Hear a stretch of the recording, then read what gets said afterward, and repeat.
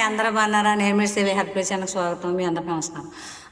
అయితే నా ఫ్రెండ్ ఒక ఆవిడ చెప్పింది, వాళ్ళకి చాలా సన్నిహితుడంట, వరుసకి మామయ్య అవుతాడంట, వరుసకి ఒక ఆమె అత్తయ్య అవుతుందంట. అయితే వాళ్ళని చూసి మేనగోడలని చూసి అవహేళనగా నవ్వాడని చెప్పింది. బాధపడింది చాలా.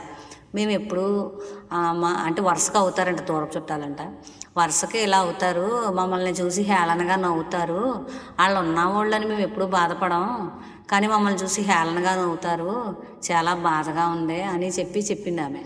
అప్పుడు నేను ఒకటే చెప్పాను, మిమ్మల్ని చూసి నవ్వుతున్నారు అంటే మీలో వాళ్ళ సంతానం కనపడలేదు, అతని అజ్ఞానం.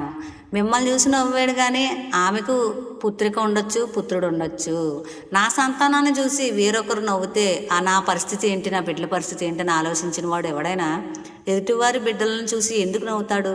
ఆడు దుర్మార్గుడు, మూర్ఖుడు, దుష్టుడు అయితే గనక అలాంటి అవహేళన నవ్వులు అట చేస్తాడు. అంతే కదా.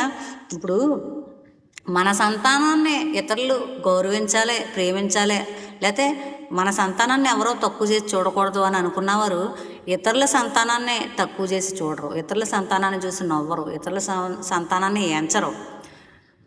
అప్పుడు నేను నా ఫ్రెండ్కి అదే చెప్పాను, నువ్వు ఇది ఒకటి తెలుసుకో, మనము మన సంతానాన్ని ప్రపంచం బాగా చూడాలని అందరూ కోరుకుంటారు, కానీ అలా కోరుకున్న వారు ఇతరుల సంతానాన్ని దూషించరు. దూషించేడంటే ఆడు దుష్టుడు, దూషించింది అంటే ఆమె స్త్రీ అయినా సరే దుష్టురాలు అని చెప్పాను. ఆహా, నీ ఎంత బాగా చెప్పావు దేవి అని చెప్పాను. అంది ఏడుతా వచ్చింది నా దగ్గరికి. తెలుసా, నేను చెప్పిన ఈ మాటకి ఆ అమ్మాయి నవ్వుతా వెళ్ళింది.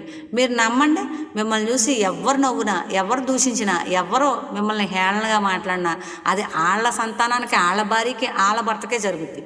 లేట్ అవ్వచ్చు, ఖచ్చితంగా జరుగుద్ది. ఇది సత్యం అనిపిస్తే హ్యాపీ ఛానల్ లైక్ చేయండి, షేర్ చేయండి. బాయ్.